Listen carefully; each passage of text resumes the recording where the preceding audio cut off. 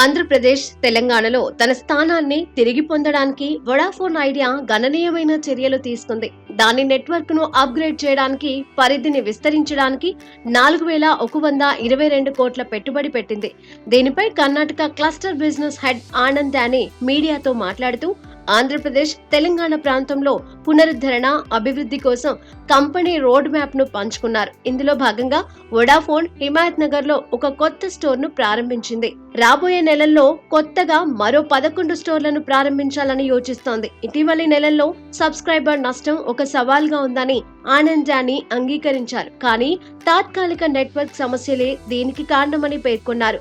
మెరుగైన సిగ్నల్ నాణ్యత, కవరేజ్ కారణంగా పునరుద్ధరించబడిన నెట్వర్క్ ఇప్పుడు మాజీ వినియోగదారులను, కొత్త కస్టమర్లను ఆకర్షిస్తోందని ఆయన నొక్కి చెప్పారు. తన రాబోయే ప్రణాళికలను హైలైట్ చేస్తూ జనవరి-మార్చ్ 2025 త్రైమాసికంలో వొడాఫోన్ తన 5G నెట్వర్క్ ను పెద్ద ఎత్తున ప్రారంభించనున్నట్లు ఆయన వెల్లడించారు. ఇంకా ఆనంద్ దాని వినూత్న రీఛార్జ్ ప్లాన్లను కూడా ప్రకటించారు.